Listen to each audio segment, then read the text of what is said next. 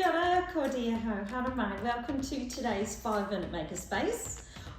It's New Zealand Music Month, and today, in light of that theme, we're making our own kind of xylophone today, and we're going to produce our own sound machine. So you'll need a shoebox, you'll need some strips of craft foam or very thick felt if you've got it, and then you'll need an array of implements that we're going to use for our xylophone keys, and they need to be made out of metal.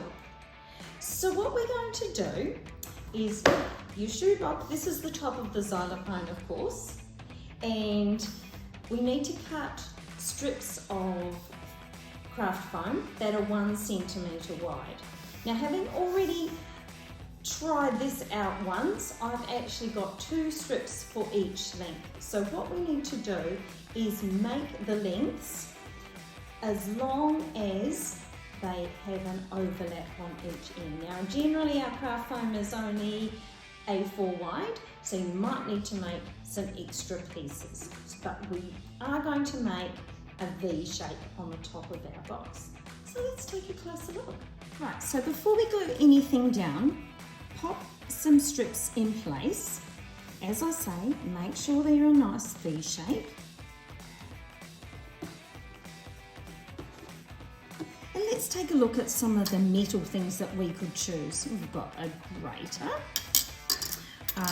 some serving spoons, a spanner, some cake fork and spoon, a couple of other spoons. I'm going to try nail clippers here. We've got a 1/4 cup measure, and they're all different shapes and sizes. And what you need to do is place them on your box according to size. Now I'm just going to flip this around.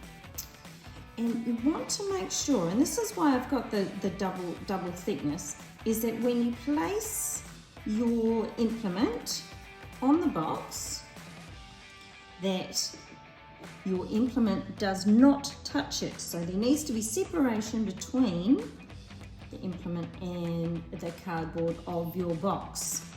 So I'm just going to, I might just move that along slightly just to see what we can fit in. So I've got 2 serving spoons there. And then my next longest implement is my grater, so I'm going to pop that on there. Just making sure that it doesn't hit the cardboard. Then I think I might use my spoon. Then the fork. Then, of course, if we need to move things around, we can. I'm going to use the spanner next. Maybe the cup measure, and I'm going to pop that way around, and I need a little bit more space. So I'm just going to move these down a little bit. Just want to see what works as well, don't we? And then I'm going to put the nail clippers last. Now, you'll need an implement to play your xylophone. So let's test the sounds before we glue anything down.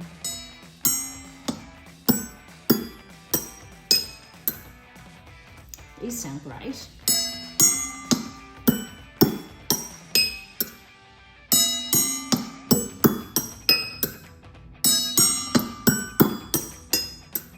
Now what you'd like to be able to happen is that the sounds go from highest pitch to lowest pitch. But we haven't quite managed that with this sequence, but you might be able to manage it with yours. So what we're going to do is, just to make sure they don't move, we're just going to take our implements off. Make sure you leave them in order so that you know how to put them back.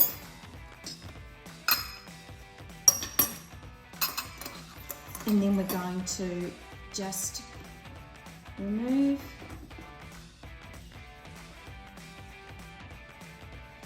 our foam, put it back in place with the glue, and glue the top strip back on.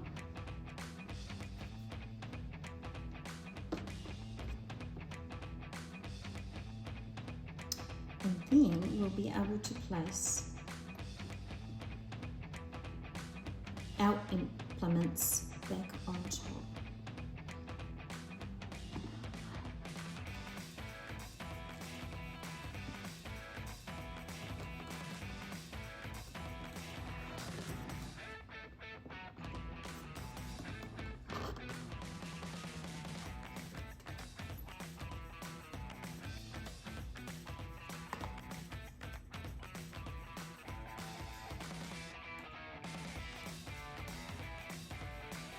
Now, ideally, you would wait for that to dry. We don't quite have time for that today, so I'm going to place our implements back on. Again, check that they're not touching the cardboard box.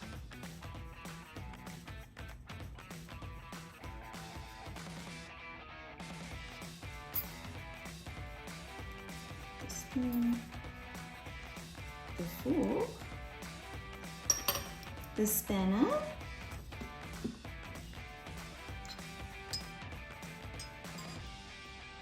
we might put that up the other way, that might help us out a little bit.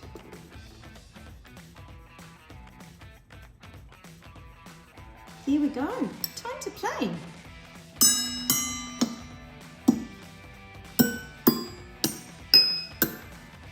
Just move these a little bit.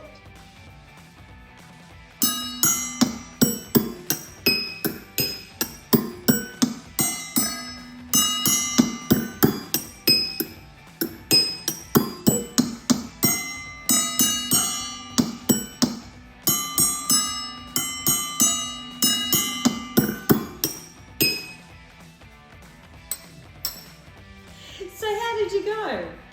Might be better than a recorder. And the other thing that you might want to test out is different implements to make your sound. I could use a heavier spoon.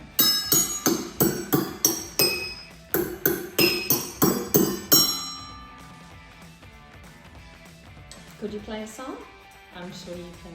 Thanks for joining me for today's 5-minute Makerspace. Ka kite.